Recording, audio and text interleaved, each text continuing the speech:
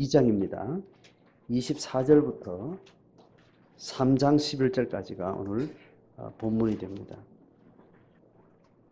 24절부터 일단 37절까지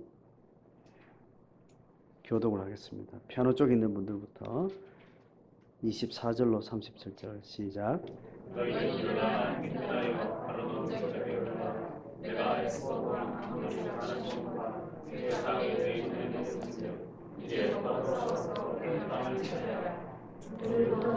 하나님이 너를 무서워하며 너를 두려워하리니 그들이 너의 명성을 듣고 떨며 서로 말미암아 근심하리라.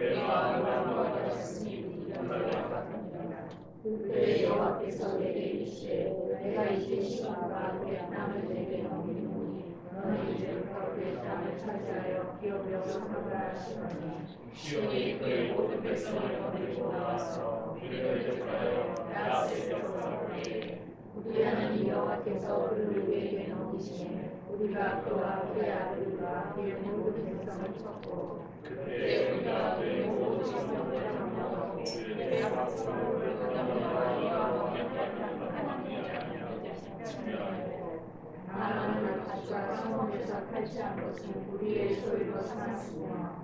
그러는 여호와께서 그 모든 땅을 우리에게 넘겨주시고 아르논 골짜기 가장 다르니 아로엘과 골짜기 가운데 있는 성읍부터 길라앗까지 우리가 모든 높은 성읍을 점령하지 못한 것이 하나도 없었으나 오직 암몬 족속의 땅 야복강가와 산지에 있는 성읍들과 우리 하나님 여호와께서 우리가 갈 길을 금하신 모든 곳은 내가 가까이 하지 못하였느니라. 아멘. 자, 지금 지난주 본문하고 지금 자연스럽게 이어집니다. 사건적으로 좀 나눠지는 것 같지만 지금 하나님이 모세를 통해서 모세가 지금 마지막 고별 설교를 하고 있는 바로 직전까지의 어떤 상황을 이제 모세가 계속 언급을 해나가고 있죠. 지난주 했던 내용을 38년 동안 광야를 지나고 나는 동안 세대가 이제 바뀌었습니다. 20세 이상 세대는 다 진멸하고 다 광야에서 다 죽고 20세 미만의 자녀들이 이제 장성한 이제 상황에 대해서 세대가 바뀌어서 이제 가나안으로 이제 진입하는데 남에서 북으로 올라가지 않고 동에서 서로 요단강을 건너서 이제 진격을 해가야 되는 이제 그 과정으로 이제 오른쪽으로 이제 올라가는 중에 여러 족속의 거주지를 이제 통과하게 되죠, 그죠? 가장 밑에 있는 사해 밑에 있는 족속이 무슨 족속이었죠? 생각을 하십시오. 에돔은 누구가 조상이죠? 에서. 그 에서의 에자하고 에돔하고 같은 생각을 하시면 됩니다. 그죠? 에서는 야곱의 형이었습니다. 그죠? 사해 아래쪽에는 에서의 후손인 에돔 족속, 그리고 사해 오른쪽은 모압이 먼저입니다. 그죠? 모압은 사해하고 접해 있어요. 그리고 모압 위에 있는 것은 누구요? 암몬인데 암몬은 모압 바로 위에 있지 않고 약간 오른쪽으로 비껴가 있어요. 그러니까 모압의 위쪽에는 딱 반 나눠서 모압이 여기 있으면 모압 위에는 반 나눠서 요단강 쪽으로는 시혼이 통치합니다.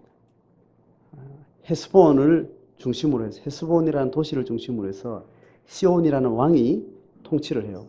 그 오른쪽은 누구요? 암몬이 되는 겁니다. 암몬은 모압보다 약간 위쪽에 있지만 오른쪽으로 비껴가 있어요. 그러니까 암몬은 요단강과 접해 있지 않고 시혼 왕이 통치하는 아모리 족속이 요단강과 접해 있습니다. 그리고 그 위쪽에는 사해 위에 갈릴리가 있죠, 그죠? 갈릴리 지경을 중심으로 해서 그 위쪽을 지역적으로 바산이라고 합니다. 바산. 어떤 도시 이름이 아니고 그 지역 전체 이름입니다. 그리고 그 지역 전체 이름으로서 바산 밑을 길르앗이라고 그래요.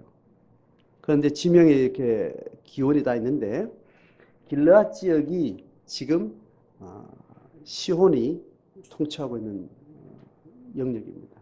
암몬도 물론 걸쳐 있죠. 그러니까 길르앗 지역을 넘어가면 그 위가 바산입니다. 근데 바산은 왕이 옥이죠, 그죠? 옥을 이야기할 때 바산 왕 옥이라고 말하고 또 시혼은 무슨 왕이라 그래요? 헤스본 왕이라고 해요. 헤스본은 지역 이름입니까? 지명입니까? 지명의 도시 이름이에요. 자, 이렇게 할 때 고대 사회에 한 가족이 시족을 이루고 시족이 부족을 이루고 부족이 민족으로 발전해 나가는 그런 역사 속에서 한 개인이 가장이 되어서 그렇게 점점 이제 발전해 나가죠. 그 중에 소멸되는 가족이 있고 소멸되는 시족이 있고 소멸되는 부족이 있고 소멸되는 민족들이 있습니다. 단위가 커갈수록 소멸의 가능성은 점점 약해지겠죠, 그죠? 어쨌든 그 한 도시가 발전하고 그 지역이 발전해 나가는 과정 가운데 유목사회 안에서는 시족과 부족을 중심으로 점점 단위적 경쟁을 합니다. 경쟁을 하다가 숫자가 많은 사람, 힘이 좋은 사람, 이제 그런 주체들이 이제 살아남게 되죠. 그래서 상대 적들을 멸족을 시키거나 아니면 사회 하부 구조로 종으로 받아들여서 그렇게 점점 자기 족속을 키워나가거나 이제 그런 방식으로 하게 됩니다.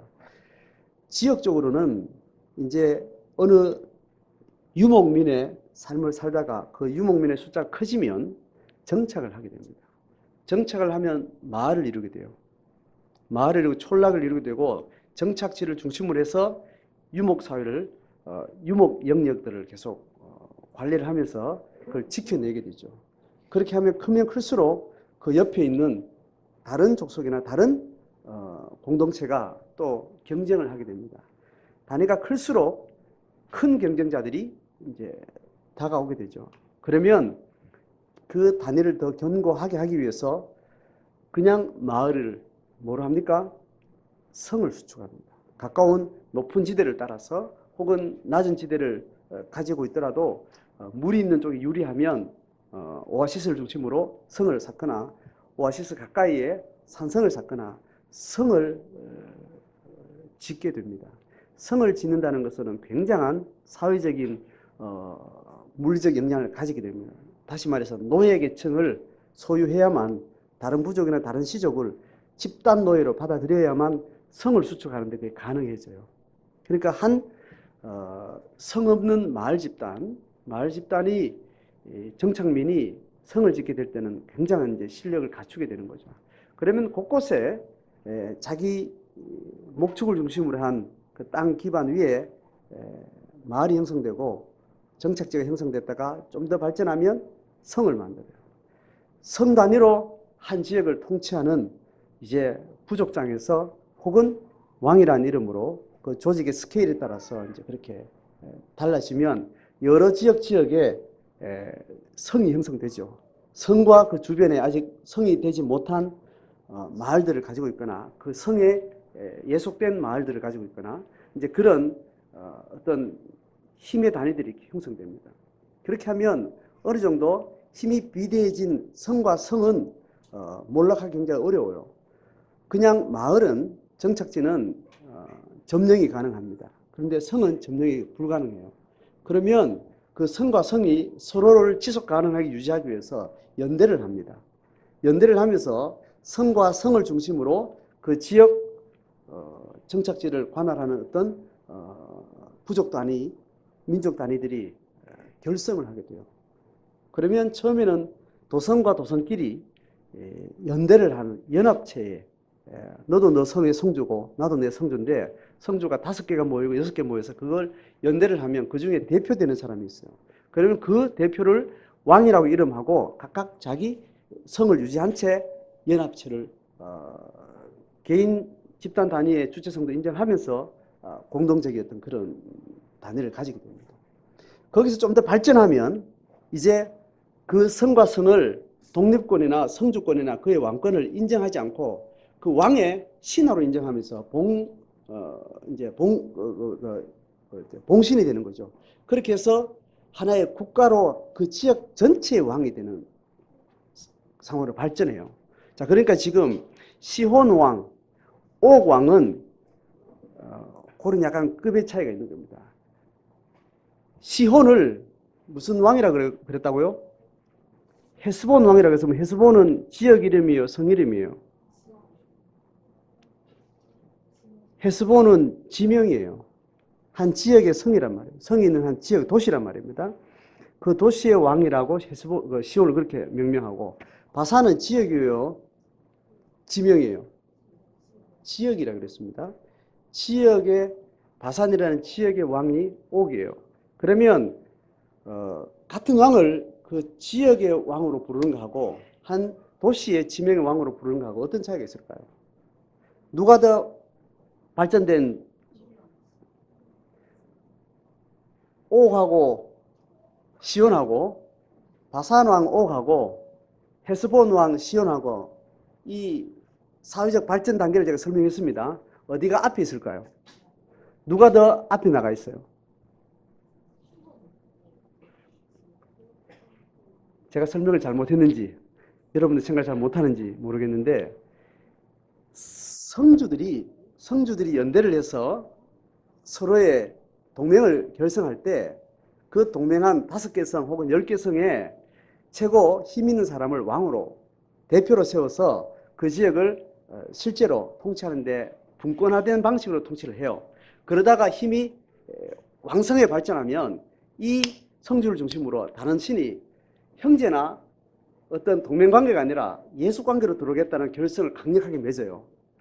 그렇게 하면 그 지역 전체를 통치하는 관할왕이 되는 거예요. 그러면 아직까지 시온왕은 헤스본의 왕이에요.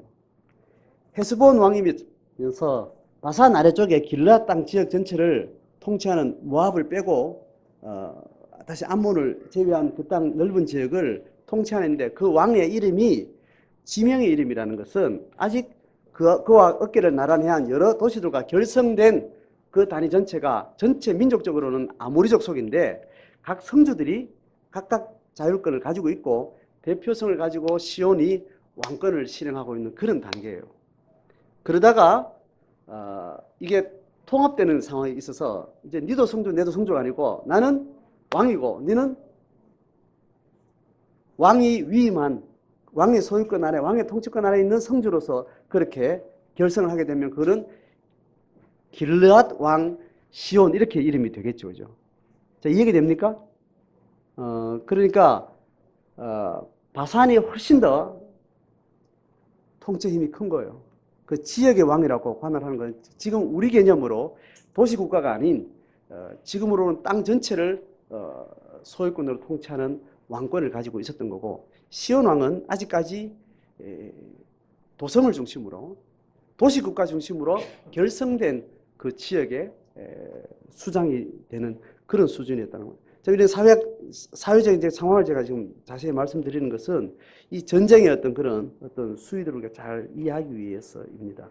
그래서 4절 한번 봅니다. 3절, 다시 3장 4절 보면 여기는 바산 왕 옥과의 싸움에 대한 이야기예요. 4절 같이 읽어봅니다. 3장 4절 시작.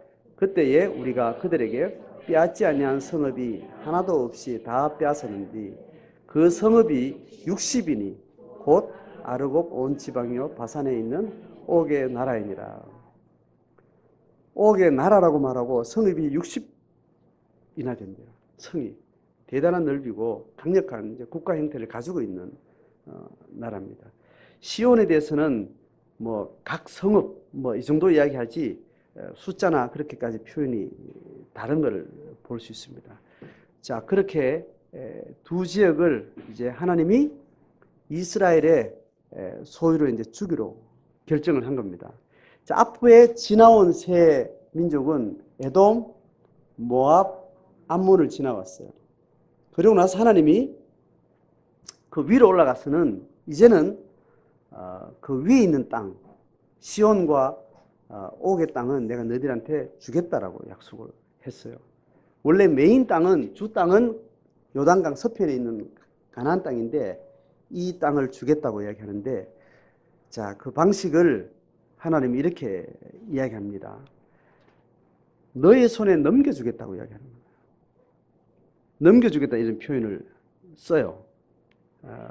이제 그렇게 해서 이제 그 사건이 진행되는 어떤 표현들, 어떤 그런 전말들 우리가 잘 보면서 하나님이 한 역사에, 한 사건에 집단이든 개인이든 하나님이 그 인생을 통치하신다는 어떤 그런 전제하에 어떤 방식으로 하나님 하시는지 이 신앙의 표현으로 이제 오늘 이야기가 이제 되는 겁니다. 이렇게 말하는데 25절에 오늘부터 내가 이제 하나님이 하시는 말이에요. 천하 만민이 너를 무서워하며 너를 두려워하게 하리니 그들이 너의 명성을 듣고 떨며 너로 말미암아 근심하리라. 이제 이스라엘이 이제 떠돌이로 한 40년을 광야를 지내다가 이제 어느 특정한 지역의 한 민족, 한 국가, 한 도성들을 점령하는 점령의 과정 가운데 들어가는데 그럴 만한 깜이 되는지 이제 정착하고 있는 그 일대의 사람들에게 그 힘을 이제 과시를 해야 될 단계가 이제 왔다는 겁니다. 그래서 하나님이 그렇게 하기도 결정하고 이스라엘 백성들이 이제 바산 왕 옥하고 시온에게 이제 어떤 제안을 하는가 하면 앞에 지나온 사람들, 앞에 지나온 민족들에게 했던 말과 똑같이 해요. 내가 너희들하고 전쟁할 마음 없다. 너희들이 싸우지 않는다면 전쟁할 마음은 없는데 그냥 지나가기만 해도 우리가 가려고 하는 주 땅은 가나안이다. 그렇게 이야기를 26절부터 쭉 이야기해요. 지난주에 했던 본문하고 같아요. 너희 땅으로 통과하게 하라. 큰 길로만 가고 우리가 딴짓 하지 않겠다. 돈 받고 양식을 팔고 돈 받고 물을 팔아라. 이제 그렇게 가겠다고 이제 이야기하는. 그것은 세일의 거주는 에서 자손 그리고 모압과 암몬에게도 똑같이 했다. 그렇게 하고 이제 전원을 보내요. 그런데 시온과 옥이 어떻게 합니까? 30절에 같이 봅니다. 시작. 헤스본 왕 시혼이 우리가 통과하기를 허락지 아니하였으니 이는 너희 하나님 여호와께서 그를 너의 손에 넘기시려고 그의 성품을 완강하게 하셨고 그의 마음을 완고하게 하심이 오늘날과 같으니라. 자, 이 부분을 신학적으로 이 부분은 인간의 자유의지 영역하고 하나님의 절대 주권을 우리가 어떻게 표현하느냐에 따라서 하나님의 통치의 주도권이 인간의 자율성이나 인간의 능력을 훨씬 능가하는 위치에 계시죠. 그죠? 성경은 그걸 전조로 기록을 하고 있습니다. 그런 중에도 똑같은 사건과 상황 가운데 같은 시공간을 두고 인간이 자기 자유의지로 어떤 주체적인 어떤 실행을 하는 것하고 거기에 하나님 어떤 간섭을 하게 될 때 하나님의 주도권과 인간의 자율권 이거는 어떻게 조화롭게 우리가 이해할 수 있는가? 이제 이 문제는 신학에서 굉장히 중요한 논쟁거리입니다. 이거는 계속해서 논리적으로 말하기 굉장히 어렵고 이거는 신학과 신앙의 어떤 믿음의 전제 위에 이걸 잘 받아들이지 않으면 논리적으로는 사실 정확한 진술이 어려운 영역입니다. 인간에게는 전적 자기 자율권을 하나님께 허락하셨다고 하는데 또 하나님이 인간을 어떻게 하게 하셨다라는 하나님의 절대 주권으로 인간의 행위나 인간의 주체성을 규정하는 어떤 언어들이 있거든요. 그런 걸 봤을 때 같은 논리로 설명하기는 굉장히 차원이 다른 존재가 한 사건 속에 함께 주도권으로 같이 이렇게 들어온 설명들이 우리가 이해하기 참 어려운 부분. 그래서 우리가 전면적으로 모든 것을 다 설명하기 좀 어려운 내용이에요. 내용 자체가. 근데 성경은 부분적으로 그렇게 설명을 어떻게 하고 있는지를 오늘 좀 따라가면서 우리가 뭘 이해해야 되는가를 좀 보면 좋겠습니다. 자, 보세요. 우리가 통과하기를 원했는데 상대편이 어땠다는 거예요? 그걸 허락하지 않았어요. 허락하지 않았는 거는 헤스본 왕이 하나님한테 귀띔을 받았겠어요? 그건 아니잖아요. 그죠? 헤스본 왕은 지금 이 상황에서 하나님과 전혀 관계없는 존재예요. 자, 그렇게 해서 그 헤스본 왕의 자기 의지대로 자기 판단의 어떤 사연을 우리가 알 수 없으나 그의 판단은 이 이스라엘의 전언을 수용하지 않았습니다. 그렇게 해서 허락하지 아니해서 싸우겠다고 이렇게 나온 거예요. 이것을 모세가 어떻게 진술해 주는가 하면 이는 자, 이것을 우리가 이스라엘 편에서는 어떻게 이해해야 되는가 하면 하나님의 뜻 그것을 우리가 아는 전제하에서 이렇게 말합니다. 너희 하나님 여호와께서 그를 너의 손에 넘기시려고 그의 성품을 완강하게 하셨고 또요 그의 마음을 완고하게 하셨습니다. 자, 이것을 직접적으로 이야기를 하는 겁니다. 그러니까 시혼은 자기가 결정해서 자기가 판단해서 못 간다. 나를 밟고 지나가라. 이제 한판 싸우기로 결정을 했는데 이 상황이 어떻게 될지 하나님이 아신다 모른다. 아신다는 거예요.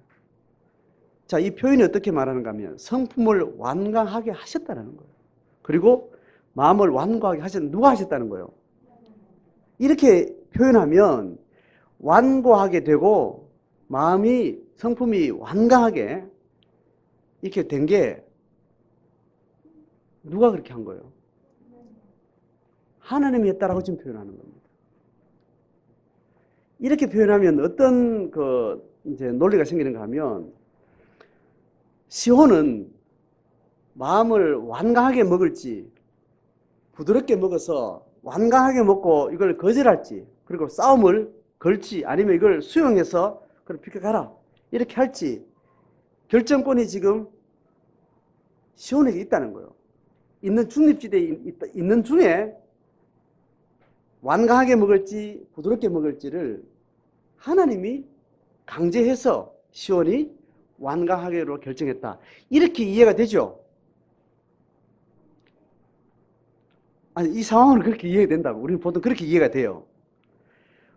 완강하게 먹을지 부드럽게 할지를 결정하지 않는 상황에서 시온이 그런 상황에서 하나님이 완강하게 만들거나 혹은 부드럽게 만들거나 하나님이 결정해서 그렇게 강제했다는 걸로 이해가 된단 말입니다. 이 언어가. 이 표현으로는 그래요. 그렇죠? 하나님이 전지전능자인 것을 감안하더라도 그렇다고 이해되는 거예요. 이제 이 표현을 일반적으로 다 말하기는 어려운 것은 성경이 전체적으로는 어떻게 해야 이 상황에서 어떤가 하면 이 부분은 이제 논리적으로 중요한 부분이어서 신학자는 이렇게 설명합니다. 우리가 알고 있는 성경도 아마 그럴 거예요. 부합할 거예요. 인간이 악해지거나 선해지거나 하기 전에 중립지대에 지금 있는 상태라고 지금 묘사가 되는 거지, 이 상황으로는. 그런데 우리가 인간이 언어로 말하거나 말하지 않거나 인간 자체는 성품이 악해요, 선해요? 죄 지은 인간은 행위가 남을 가해를 하거나 혹은 선하게 대하거나 인간 존재는 악하다는 거죠. 악한 존재이기 때문에 악한 존재가 선의 모양을 입기도 하고 악의 모양을 입기도 하는 겁니다. 자, 그런 차원에서 지금 하나님이 시온의 성품을 완강하게 하셨다라는 이 표현은 이 표현대로 그대로 받아들이기 어렵다는 거예요. 성경은 어떻게 말하는가 하면 인간이 근본적으로 악하다는 거예요. 처음부터 악하다는 거예요. 중립지대에 있었던 게 아니라는 겁니다. 원래부터 악하고 악한 상태에 있고 악해서 지금 어디로 가고 있어요? 지금 지옥으로 지금 떨어지고 있는 겁니다. 지금 나락으로 떨어지고 있고 그게 지금 인간 존재의 지금 현실의 팩트예요. 그래서 인간은 어떤 중립지대에 있는 상황이 전혀 아니에요. 인간은 우리가 이제 우리 자식 인간을 이해하기 신과 관계에서 인간을 이해할 때 인간은 어떤 중립지대에 있어서 인간이 악을 선택하거나 또 선을 선택하거나 이런 게 아니라는 거예요. 이런 오해를 하는 이유가 뭐냐 하면 인간의 죄를 설명할 때 법정의 모드로 설명을 하거든요. 법정 모드에 설명한다. 법정 모드는 일단 선고가 내려지기 전에는 선할 거냐 악할 거냐 판단이 전이죠. 그래서 회색지대에 있는 거예요. 중간지대에 있는 거예요. 실제로 인간이 경험하는 법정지도 그렇죠. 선고를 시시비비를 가려는 중간에 인간은 아직 죄인이 아닌 겁니다. 중립에 있다가 시시비비를 사실을 가려가지고 판단자가 선고를 내릴 때 유죄냐 무죄냐 결정나면 그 유죄로 가고 무죄로 가는 거잖아요. 우리 죄를 설명할 때 하나님이 그걸 예로 설명하는 중에 그 예가 지향하는 한 포인트가 있어요. 모든 예나 비유는 그 비유가 설명하려고 하는 핵심 포인트가 있는데 그 포인트와 관련된 다른 거를 핵심으로 잡아버리면 원래 말하려고 했던 그 포인트를 놓치고 잘못된 해석으로 가게 되는 겁니다. 법정의 포인트는 예수님의 대속을 설명하려고 하는 거예요. 이해되죠? 인간의 죄를 설명할 때 법정의 모드로 설명하는 것은 누가 대신해줬다는 이야기를 하는 거예요. 그 설명을 하기 위해서 법정의 모드로 인간의 죄를 설명을 풀어주고 있는 겁니다. 그래서 그 법정의 환경에서 인간의 죄를 설명하다 보니까 하나님이 죄인이다 선인이다 판단하기 전에 인간의 중립지대에 어느 정도 있는 것처럼 우리가 착각을 하는 겁니다. 성경 전체 설명은 인간은 처음부터 타락 이후에는 인간은 중립지대에 있지 않는 겁니다. 처음부터 완악하고 처음부터 존재 자체가 완강하고 죄의 멸망 상태, 거의 죽은 상태에 가능성이 없는 상태에 지금 시간만 유보된 상태에 지금 가고 있는 상태예요. 그 상태니까 지금 여기서 헤스본 왕 시온이 마음을 완고하게 먹었고 성품을 완강하게 결정을 한 거예요. 이걸 하나님이 하셨다는 것은 완강하게 죄인되게 하나님이 만들었단 말이에요. 원래 죄인된 모습을 하나님께서 사용하시고 하나님의 전적인 지식 안에서 예지 안에서 그것을 그냥 그대로 두시고 하나님께서 그 사건들을 섭리해 가신다는 그런 의미가 되는 겁니다. 자, 신학적으로 전체적으로 성경 전체적인 설명을 하려면 그렇게 표현이 되는 겁니다. 자, 이해가 되시죠? 그죠? 어쨌든 헤스본 왕이 완악하지 않은 인간이었는데 이스라엘에게 이 땅을 좀 주기 위해서 할 수 없이 하나님 때문에 완강한 인간이 돼가지고 그렇게 빨리 명을 재촉했구나. 이렇게 해석을 이해할 수 있다는 겁니다. 그게 아니라는 걸 제가 설명을 하는 겁니다. 어쨌든 하나님이 인간의 악한 성품, 성향을 하나님께서 시간적으로 유보하면서 하나님의 백성과의 관계 안에서 하나님의 때에 징계할 때가 있고 또 기다릴 때가 있고 그렇게 하나님 역사를 통치해 가신다는 어떤 그런 큰 그림을 우리가 이해하면 좋겠습니다. 가나안 정복도 하나님 어떻게 말하는가 하면 이스라엘에게 가나안을 주고 싶을 때가 됐으니까 준다라고 표현을 해요. 그렇게 하는데 또 어떤 표현이 있는가 하면 이스라엘이 가나안을 정복할 때 그 정복은 그 가나안 땅에 있는 칠족 속의 진멸을 전제해요. 그 진멸을 어떻게 말하는가 하면 그들의 죄가 관영해서 하나님의 심판의 때가 되었다라고 이야기를 해요. 자, 그러니까 하나님이 이스라엘 백성 편에서 가나안 땅을 이제 허락해 줄 때가 됐고 그때와 함께 가나안 땅을 직격하고 정복하면서 그 민족이 멸망하는 그때는 그 멸망하는 그 민족 편에서는 이제 하나님의 심판의 역사적 때가 되었다는 그 시간의 접촉점을 같이 설명을 하고 있다고요. 자, 이런 면에서 하나님이 믿는 자는 믿지 않는 자는 다 하나님의 섬세한 눈동자 같이 돌보시는 하나님의 섭리 가운데 모든 역사들은 그렇게 흘러간다는 것에 대한 통찰이 우리에게 필요합니다. 자, 그렇게 말하고 이제 일단 다시 이스라엘 편에서 이제 보는 모드로 다시 넘어옵니다. 자, 그렇게 해서 31절에 그가 완강해서 싸움을 이제 걸고 들어온 거죠. 이때 31절에 하나님 어떻게 말하는가 하면 31절 같이 읽습니다. 시작. 그때 여호와께서 내게 이르시되 그 땅을 너에게 넘기노니 너는 이제부터 그의 땅을 차지하여 기업으로 삼으라 하시더니. 됐죠? 이게 누가 한 말이에요? 여호와께서 모세에게 한 말이에요. 싸움하기 전에 넘기겠다 하나님이 일단 선언을 한 겁니다. 악하게 마음먹은 건 자기 의지에서 시온에 그렇게 했는데 하나님은 그것을 통해서 이제 그 민족을 심판할 때를 결정하신 거고 이스라엘에게는 그 땅을 허락하실 때가 된 겁니다. 자, 그렇게 만나서 하나님께서 모세에게 약속하시고 이제 32절 보면 시온이 그 백성을 거느리고 이스라엘을 대적해서 야하스라는 데서 이제 전쟁을 붙은 겁니다. 자, 그렇게 할 때 33절 가시겠습니다. 시작. 우리 하나님 여호와께서 그를 우리에게 넘기심에 우리가 그와 그의 아들들과 그의 모든 백성을 쳤다는 거예요. 하나님이 넘기시겠다고 약속하셨고 그리고 실제 상황이 승리한 상황을 하나님이 이스라엘 백성에게 넘겨주셨다고 이야기해요. 자, 이 표현으로 이스라엘 백성들이 하나님의 어떤 역사적인 시점에 어떤 땅을 갖게 된 것을 이스라엘이 차지했다고 말하지 않고 어떻게 말해요? 하나님이 이걸 주셨다는 거예요. 그럼 이건 누구 땅이라는 거예요?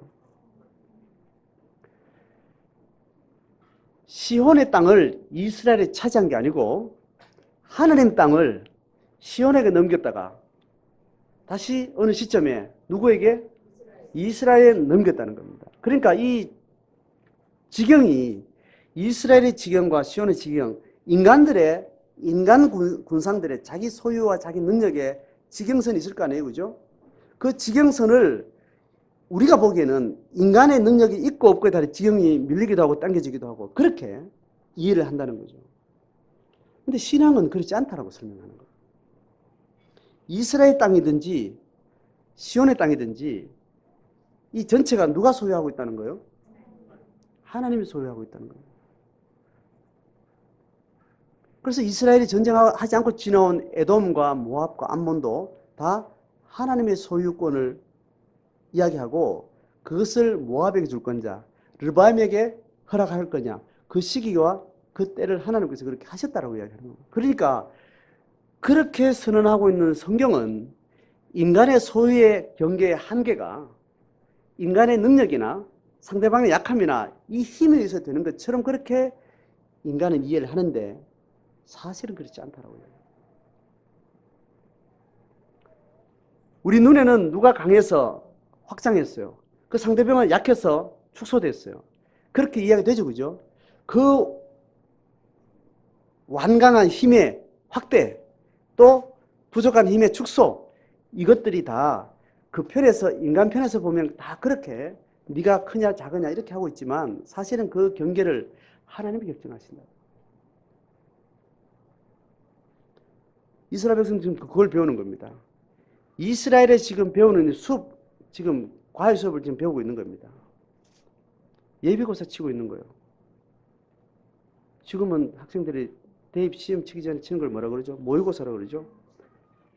수능 모의고사를 치잖아요. 모의고사를 치고 어느 정도 훈련이 되면 이제 본시험을 치지요. 지금 모세하고 후손들이 지금 커서 광야를 지나고 나서 모의고사를 치고 있는 겁니다. 이 모의고사에서 자기 선조들은 합격했어요, 불합격했어요? 본시험을 칠 자격을 못 얻었어요. 하나님이 자격을 줬어요, 안 줬어요? 그렇게 말할 수 있지만 백성들이 쫄아가지고 나는 본시험 안 칠래요. 이렇게 포기한 거예요. 그런데 지금 이 백성들은 본시험을 칠지 안 칠지 하나님이 모의고사를 통해서 계속 연단을 하는 겁니다. 자, 그렇게 해서 하나님이 이걸 넘겨줬다고 이야기하는 겁니다. 모세는 이걸 2번이나 이야기해요. 자, 이렇게 해서 전쟁을 치러서 승리를 해요. 모의고사는 한 번만 칩니까? 한 번 치고 맙니까? 한 번 더 치게 된 겁니다. 누구하고요? 바산 왕 옥도 다시 이제 전쟁 활동에 덤벼든 거예요. 똑같은 말로 해요. 안 읽었던 3장 2절을 같이 읽어봅니다. 2절, 3절 시작. 여호와께서 내게 이르시되 그를 두려워하지 말라. 내가 그와 그의 모든 백성과 그의 땅을 너희 손에 넘겼으니 너가 헤스본에 거주하던 아모리 족속의 왕 시온에게 행한 것과 같이 그에게도 행할 것이니라. 하나님이 그렇게 말씀했어요. 자, 그리고 모세하는 말이 3절 시작. 우리 하나님 여호와께서 바산왕 옥과 그의 모든 백성을 우리 손에 넘기심에 우리가 그들을 쳐서 한 사람도 남기지 않았다. 하나님이 약속하신 것도 있고, 그리고 전쟁 승리를 표현할 때, 묘사할 때 모세가 하나님이 그 백성을 우리 손에 넘기심에 우리가 그들을 쳤다라고 이렇게 똑같이 같은 방식으로 그대로 또 한 번 더 하게 되는 거죠. 인간이 신앙을 가진 것이 축복이라는 이유는, 신앙을 가진 사람이 신앙을 갖지 않은 사람보다 복되다라는 이유는, 죽어서 천국 가는 그거 말고 이 땅에서 생각할 때 나의 삶의 한계의 그 영역을 어떻게 해석하고 이해하느냐, 이게 하나님이 이 정권을 가지고 내게 주신 합당한 적당한 그 때가, 그 시가 있다라는 것에 대해 시인하는 사람하고, 그것이 전적으로 자기에게 달렸다고 생각하는 사람, 자기나 상대편에게 달렸다고 생각하는 사람이 가지고 있는 세상을 보는, 인생을 보는 해석과 세계관이 그게 다른 거예요.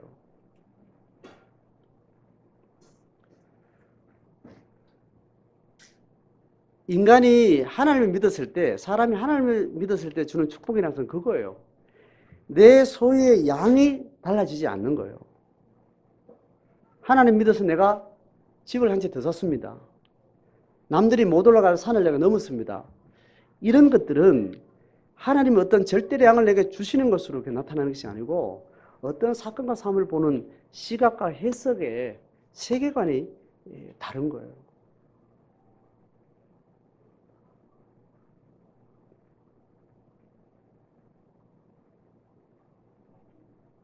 여기서 신앙과 불신앙의 차이가 납니다. 그래서 지난주 본문하고 연결됐죠. 네가 이 밑에 민족들을 넘보지 마라. 네가 얻어야 할 땅은 내가 다 정해놨다. 그리고 이 땅이 너에게 가나안 땅이 너에게 주어지기 전에도 네가 광야를 떠돌아다닐 때도 네가 하나 부족한 게 있었냐? 만족했었다. 이제 너에게 땅을 줄 때도 절대로 그 땅의 거인들 때문에 너희들이 멸망당하지 않을 거다. 그 거인이 그 승리를 결정하는 거예요? 이스라엘의 열정이 그걸 결정하는 거예요? 아니다라고 이야기해요. 그 거인은 거인으로서 지 몫이고, 너의 열정은 너의 열정이고, 네가 하는 것 같지만, 네가 포기하는 것 같지만, 그 지경은 하나님이 결정한다.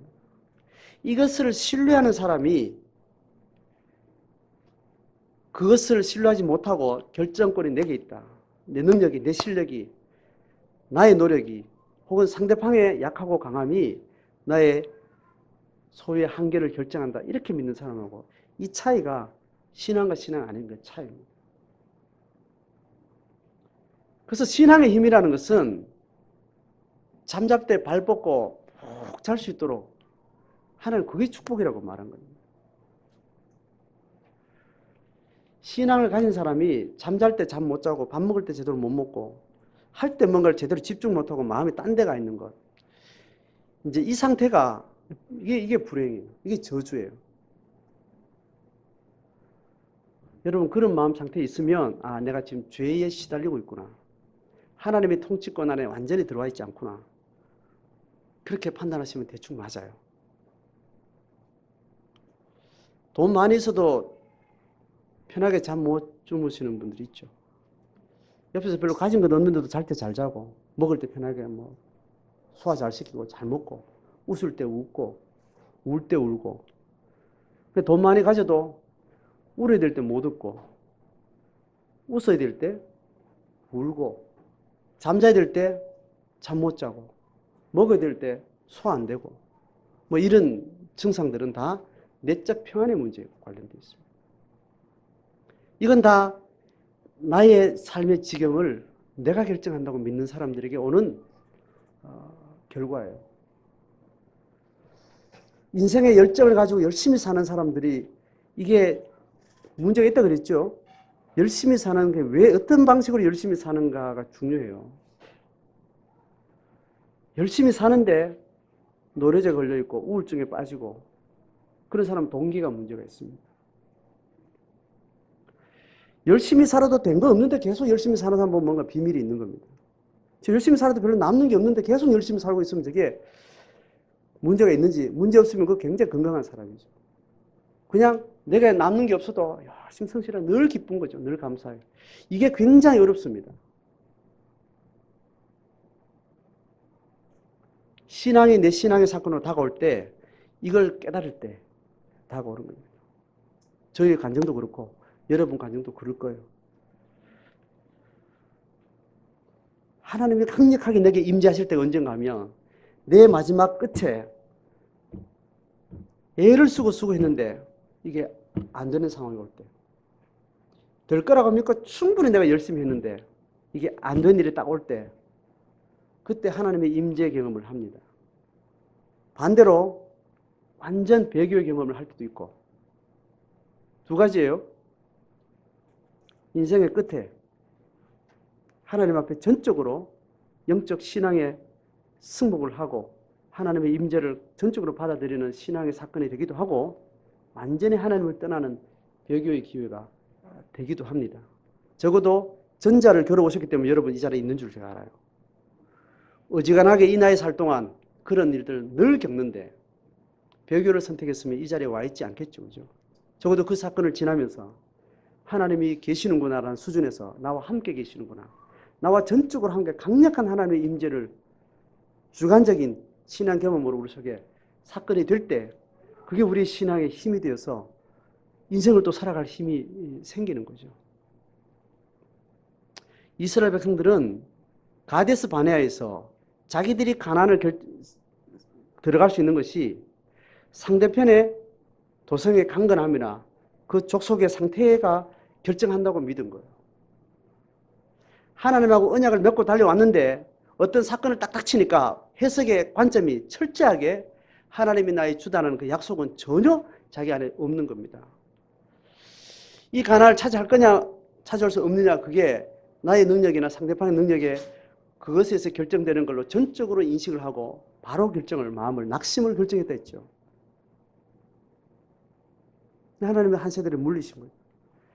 이 다음 세대는 더 이상 그런 결정을 하면 안 되겠어서 하나님이 사전 모의고사를 통해서 계속 보여주는 겁니다. 지난주에 보여줬죠. 그 르바임이라는 거인족이 지금 저기 있는 안악자손하고 동일 유전자인데 모압도 암몬도 다 차지할 때에 하나님께서 차지했고 너희들 손대지 마라 이렇게 하신 거 보면 우리도 가야 할 가나안 땅은 하나님이 약속했기 때문에 가능하다는 거예요. 그들이 어떠한 걸 좀 문제 삼지 말아라고 해요.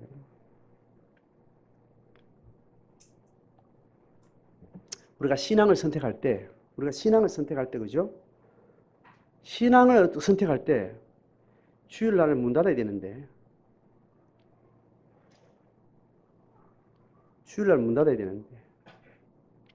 문 닫으면 산술적으로 계산 딱 나오잖아요. 나오는데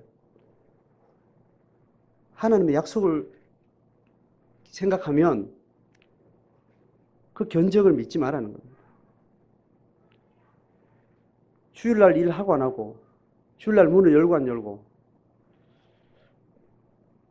이것이 네 영업을 계속 할 수 있는지 없는지, 네가 앞으로 잘 살고 살지 말지에 대해서 그 기준이 아니라고 하나님이 이야기하신다는 거예요. 우리가 하나님과 맺은 약속은 그거예요. 그 결정을 내가 신앙의 기준에서 할 거냐 말 거냐. 우리가 대안교육을 말하잖아요. 그죠? 대안교육을 하면 이 사회가 만들어주는 교육의 과정들을 여러 해보고 다른 사람 하는 거 보니까 절반 이상은 다 낙오자가 되는 거예요. 소수가 살아남아가지고 그 경쟁의 교과 과정에서 이 사회에서 뭔가 경쟁을 뚫고 통과해서 넉넉히 이겼다라고 하는 사람들 보니까 이 성공적인 삶이 아닌 겁니다. 정서가 망가지고 인격이 망가지고 삶의 방식이 철저하게 돈의 주인됨과 다른 사람을 짓밟는 이런 가치관에 완전히 최적화된 그런 인간이 되어서 그 길을 통과한 겁니다. 계속 그들이 경쟁하는 물질에는 계속 승리할지 모르지만 인간의 삶의 질을 결정하는 많은 여러 가지에서는 철저하게 파괴되고 망가진 것을 우리가 보면서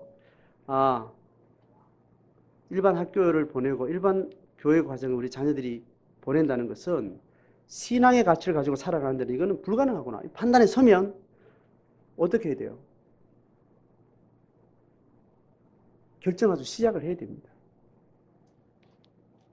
시작해야 되는데 남이 하면 참 좋겠는데 내 애는 하고 싶지 않은 거죠. 내 애는 어떻게 될지 모르니까. 인간이 공부 열심히 해가지고 좋은 대 갈지 모르니까 얘를 가지고 대안학교를 보낸다든지 홈스쿨링을 한다든지 이거 굉장히 쉽지 않은 겁니다. 어떤 결정을 할 때 상황이 결정하는 것이 아니라는 것에 대해서 하나님 우리에게 약속하신 것이 무엇인가 그것을 붙들고 그냥 가라고 이야기하는 거예요. 하나님을 향해서 걸어가는 걸음은 그냥 앞에 있는 약속을 선택하고 가는 겁니다. 그 멀리 보는 건 안 돼요. 멀리 보는 견적은 하나님 앞에 없어요. 하나님은 시간과 먼 장계를 어떤 견적을 상세하게 해서 우리에게 제시하지 않습니다. 바로 앞에서 결정할 수 있는 결정의 가치만 딱 할 수 있도록 우리에게 계시해 주시는 겁니다. 세상의 결정은 그렇지 않습니다. 처음과 중간과 과정과 결론까지 견적을 내서 가는 방식이 세상의 방식이에요. 되든 안 되든. 믿음으로 가는 방식은 견적이 없어요. 그냥 방향만 결정되는 거예요. 그리고 그 방향 믿고 그냥 그걸 걸음을 그냥 걸어야 되는 걸음이어서 그래서 세상에서 신앙을 선택하는 게 쉽지 않은 겁니다. 신앙을 선택하는데 그 다음은 어떻게 됩니까? 이 질문이 없어요. 목사님한테 묻지 말라고요. 성경이 이렇게 약속했고 당신이 했던 믿음이 그걸 결정하는 거다. 그 약속이다. 그렇게 믿고 그렇게 결정해 가는 거는 다 본인들의 몫이에요. 걸어갔는데 잘 안 됐어요. 목사님 어떡할까? 이렇게 물어서는 목사님도 답이 없어요.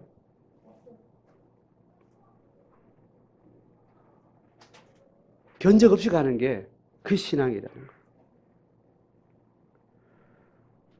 아브라함이 갈대우를 떠날 때 어디로 가라는 것을 모르고 갔어요. 일단 떠나라는 것을 먼저 들었습니다.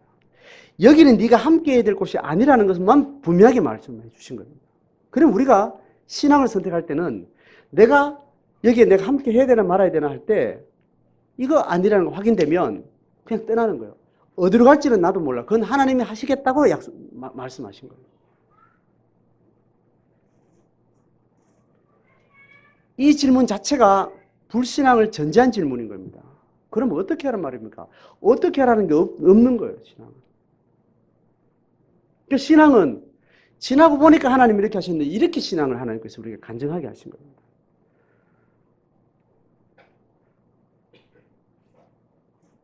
굉장히 어리석고 어쩌면 굉장히 무모하고 그런 모습, 신앙의 모습이라는 거예요. 지나고 나서 이렇게 하셨구나라는 게 이제 그때 간음이 되고 보여질 뿐인 겁니다. 참 이스라엘 백성들은 그걸 지금 배우고 있습니다. 자, 그렇게 해서 하나님이 내게 넘기시는 하나님께 내게 넘기시는 그것을 내가 소유하는 것. 그리고 내 영역 안에 들어있지 않는 것도 누구 거라고요? 하나님 것. 이거 하나님 신경 쓰라 해서 신경하지 말아 했어요. 자, 요즘은 중요한 거 다시 들으세요. 하나님 내게 넘겨주신 양이 이렇게 적당한 양이 있어요. 근데 이거 원래 누구 거였어요? 하나님 거 줬어요. 내 거 끝에 남의 거 저거는 원래 누구 거예요? 하나님 거예요. 그럼 요거를 경계선을 딱 주셨으면 이걸 내가 믿고 남의 것을 신경 쓰라 해서 신경 쓰지 말아 했어요. 내가 뭘 원하는 답인지 잘 이해하고 답하셔야 돼요. 탐하지 마라 그랬고 신경은 어떻게 하라고요? 쓰라고 한 거예요. 왜냐하면 그게 저 사람 거예요? 누구 거예요? 하나님 거예요. 그 사람이 안 믿는 사람이어도 그게 누구 거라고요? 하나님 거기 때문에 신경을 쓰라고 그랬습니다. 그러니까 넘기지 않는 사는 세상을 신경을 써야 안 써야 돼요? 써야 됩니다. 세월호 문제 신경 써야 돼요? 안 신경 써야 돼요? 써야 돼요. 정치 문제 써야 돼요? 안 써야 돼요? 써야 돼요. 탐하지 마라 그랬지. 왜냐하면 경계를 하나님 주셨기 때문에 신경은 쓰라고 말한 겁니다. 신경 써서 그 사람이 가지고 관리하는 것보다 내가 옆에서 원격으로 이렇게 봤을 때 관리를 더 잘할 수 있는 요인이 우리에게 있어요. 왜냐하면 주인된 마음이 우리에게 있기 때문에. 저 인간은 주인된 마음이 없고 지 멋대로 하는 겁니다. 되면 말고 아니면 그만. 막 사는 거예요. 우리는 어떻게 살지 내 소유는 아니지만 보여줘야 안 보여줘? 보여지는 겁니다. 그러다 하나님이 때가 되면 신경 쓴 사람한테 넘겨주고 신경 안 쓴 사람한테 지경을 좀 이렇게 넓혀주겠어요. 신경 쓴 사람한테 넓혀주는 거예요. 예수 잘 믿는 사람이 동장에 관심하는 동네 사건에 관심을 가져야 돼요, 안 가져야 돼요? 가져야 돼요. 하나님은 가지라 그래요. 네 먹고 사는데도 바쁜데 가지라 그러는 거예요.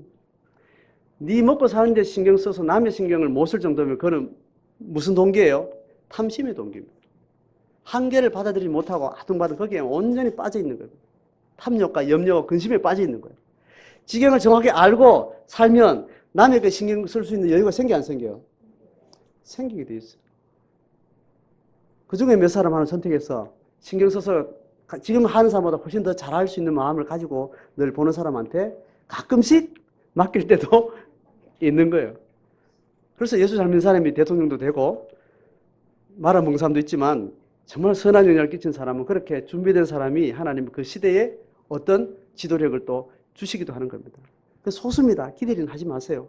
우쩌다 생긴 일이니까. 그럴 수도 있다 이런 거지 그걸 기대할 필요는 없습니다. 대부분은 이름도 없이 빛도 없이 그렇게 왕의 마음으로 동장의 마음으로 아비의 마음으로 그렇게 살다가 가는 거예요.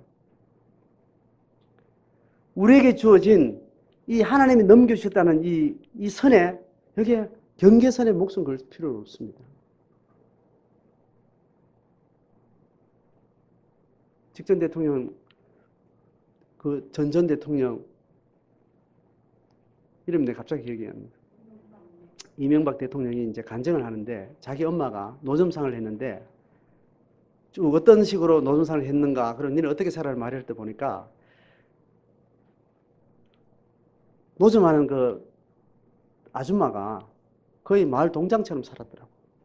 시장에 무슨 관리인처럼 그렇게 철저하게 자기 노점하고 나면 주변을 깨끗하게 쓸고 그렇게 성실하게 너는 커서 나라에 필요한 일꾼 되라 이런 이야기를 했다. 먹고 사는 것도 지금 빠듯한 애 공부를 다 시킬 수 있을지도 모르는 그런 엄마가 그런 말을 하고 또 본인의 살기를 그렇게 꼭 나라를 다스리는 사람처럼 그 장에서 일을 하고 사람을 만나고 그렇게 했다는 거죠. 우리에게 하나님이 넘겨주든 안 주든 이 국가와 이 시대에 대한 하나님 아버지의 마음을 가지고 내게 주신 지경이 소뚜껑만하게 작아도 우리의 마음은 왕의 마음을 가지고 이 세상을 관조하고 세상을 바라보고 고민하고 이 시대의 많은 아픔에 대해서 내가 기도하고 그런 마음으로 살아가는 겁니다. 그런 의식을 가진 집단인 공동체가 그 사회의 대안들을 제시하는 거죠. 그 사회에 막힌 길을 열어가는 지도력을 가지게 되는 거죠. 실권을 가지는 것은 두 번째 문제고 그동안 이 사회의 고민들을 끊임없이 이 사회의 한계를 돌파하려고 했던 많은 선각자들은 대부분은 소명을 가진 사람입니다. 대부분 그 소명이 자기 욕망으로 그렇게 치닫지 않고 자기 소명에서 열심히 인류가 고민해야 될 많은 사람이 고민해야 될 고민을 스스로 고민하면서 그 삶을 살아가고 그 바톤이 이어지고 몇 세대를 지나면서 한 시대의 문제가 해결되어지고 한 국가와 한 단체의 길이 해결되어지고 그렇게 인류는 쭉 지내왔습니다. 오늘 우리에게 주신 소명은 그겁니다. 내게 주신 삶의 경계선 때문에 우리가 목숨 걸지 말고 그 지경을 어디 주든지 이 세상 넓게 열려진 이 세상 하나님께서 내게 중보자로 사명자로 고민하도록 우리에게 부르셨다는 거죠. 자, 오늘 그것을 이스라엘 백성들이 경험하면서 이제 들어가는데 뒷부분 간략하게 정리를 하고 마무리했으면 좋겠습니다. 전쟁에 승리하고 나서 이걸 처리하는 문제에서 가지고 두 가지가 나와요. 첫 번째는 남녀와 유아와 함께 진멸해버렸습니다. 인간이라는 인간은 다 죽여버렸다는 거예요. 그런데 가축과 그 성읍 안에 탈취한 물품 있죠. 물건, 동산, 부동산은 다 이스라엘 백성이 취했어요. 이 본문만 해도 내용이 긴 이야기인데 이걸 헤렘 전쟁이라고 해요. 헤렘 전쟁. 여호수아서 제가 강론할 때 말씀을 상세하게 드렸는데 이스라엘이 이방인들과 싸우는 삶의 전쟁에 있어서 방식이 달랐어요. 그래서 오늘날 우리에게 예수 믿는 사람이 살아가는 삶의 방식이 다른 것과 동일한 방식입니다. 이방인들은 전쟁을 왜 했는가 하면 자기 지경의 확장을 위해서 했어요. 지경을 확장을 위해서 했다는 것은 전쟁에 이기고 나면 최대한 자기 이해타산에 맞는 방식으로 결정을 합니다. 그래서 칼 들고 덤비는 사람 죽이고 칼 들고 저항할 수 없는 인간들은 다 데려다가 노예로 자기 기반의 하부 구조를 만들어요. 그러니까 이방인의 전쟁은 최대한 살려놓고 인생을 가장 치욕스럽게 만드는 방식입니다. 그런데 이스라엘 백성의 전쟁의 방식은 전쟁을 걸어온 인간들과 전쟁을 만나는데 그 전쟁에 승리하고 나서 자기의 이익과 이윤의 확대를 위해서 전쟁을 정리하지 않는 거예요. 성결과 경건을 위해서 전쟁을 정리를 하는데 어떤 방식이냐면 사람을 딱 봐서 사람이 종교성이 약하면 데리고 신앙으로 개종시켜요. 그런데 종교성이 강력한 이방의 문화와 문명과 기술을 가지고 있으면 다 죽입니다. 이스라엘 백성들의 성결을 위해서 그 데려다 키우면 성도 지을 수 있고 이스라엘 백성 사회가 물질적으로 굉장히 한급 올라가게 되는 상황인데 그거 다 포기해요. 다 죽입니다. 죽인다는 포인트를 잔인하다는 잔인성과 연결시키면 이 핵심을 이해를 못해요. 사람을 살려두게 되면 지금처럼 인권이 어느 정도 일반화된 이런 시대에 살려두면 그 인간이 인간답게 사는 걸 허용하는 거잖아요. 그런데 고대에는 전쟁에서 적군의 사람을 살려준다는 것은 철저하게 종을 만드는 거예요. 종도 동물보다 못한 그런 인생을 살다가 버릇처럼 죽게 만드는 그런 하부계층을 만드는 겁니다. 그러니까 차라리 인간의 존엄성과 연결하면 차라리 졌다면 죽는 게 깨끗해요. 그런데 살아남게 되면 정말 더러운 인생을 사는 겁니다. 고대는 더 악랄하게 그렇게 돼 있었어요. 이스라엘 백성에게 하나님 뭘로 해요? 전쟁을 할 때 내가 원하는 전쟁은 사람들을 데려다가 노예를 만드는 계층사회를 만들지 말라는 거예요.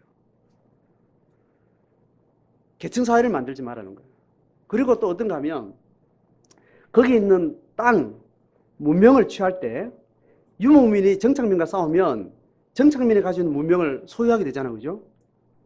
그렇게 하면 유목민이 전혀 손 안 대고 그것을 향유하게 되는 이득을 누리는데 문제는 뭐냐면 그것을 관리해야 될 기술은 이들에게 없는 거예요. 유목민이 텐트만 치고 살다가 정착한 성에 좋은 방에 가서 이제 살잖아요. 노예를 부리고 살게 되는데 거기는 난방을 해야 되잖아요. 또 수도를 만들어야 되죠. 또 벽을 칠도 해야 되고 이 기술은 유목민들한테 있어요, 없어요? 전혀 본 적도 없고 어떻게 하는지도 몰라요. 그런데 거기 있는 사람들을 살려둬야 그것을 향유할 수 있어요. 그런 것들은 하나님께서 다 망가뜨리고 버리라고 하고 그걸 유지하려고 하면 그것을 유지하는 기술자를 계속 살려둬야 되는 그런 상황들은 다 없애라는 그런 방식이에요. 이해가 되시죠? 그죠? 그런데 기본적으로 한 문화권을 업그레이드되는 그런 문명을 소유하는 것 말고 기본적인 생활 양식이 필요한 것은 하나님이 소유물로 허락하실 때도 있고 다 갖지 말라고 할 때도 있고 그건 경우에 따라 달라요. 그러니까 이스라엘 백성들이 전쟁의 유혹이 없는 것은 탐욕과 욕망을 인해서 전쟁하지 않는 백성인 겁니다. 이스라엘 백성은 성결을 위해서 전쟁하는 겁니다. 우리 삶의 방식도 같은 방식이에요.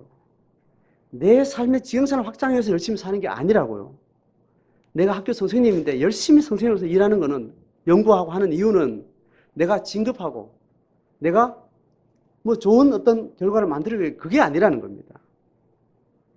나의 소유권과 나의 지위와 나의 명성을 확장시키기 위해서 하는 삶의 방식이 아니고 하나님께서 내가 주신 영역에 하나님의 통치권을 이루기 위해서 내가 열심히 열심히 사는 거예요. 그렇게 준비된 사람에게 지위도 주고 물권도 주고 어떤 지도권도 주는 그런 일이 가끔 있는 겁니다.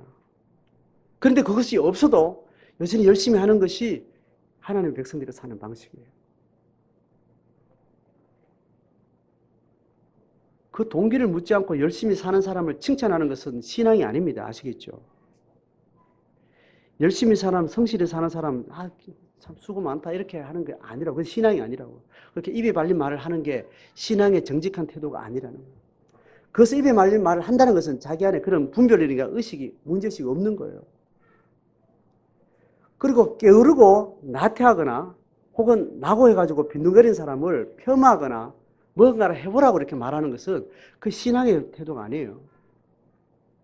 신앙을 실제로 고민하는 사람이 뭐 이렇게 못한 사람은 열심히 해보라고, 무조건 열심히 해보라고, 뭐 잘해보라고, 뭐 이렇게 자꾸 뭔가 자극하는 것은 그게 바른 태도가 아닌 거예요. 자기도 그렇게 살고 있다는 겁니다. 실패해서 게으르게 나고 있는 사람이 신앙의 동기로 아무것도 안 하고 무의도식을 할 수 있어요. 근데 무의도식하는 사람이 철저한 불신앙의 태도로 그렇게 할 수 있어요. 또 열심히 자기 최선을 다해서 열심히 자기 관리하고 정말 성실하게 자기 사는데 철저한 불신앙의 도구로 그렇게 할 수 있다고, 동기로. 그런데 철저한 신앙의 동기로 자기 확장이 목적이 아닌 방식으로 자기 삶을 열심히 최선을 다해서 사는 방식이 있다는 겁니다. 그러니 성공한 사람, 실패한 사람이나 신앙의 관점에서는 그 동기를 살피는 것이 중요해요.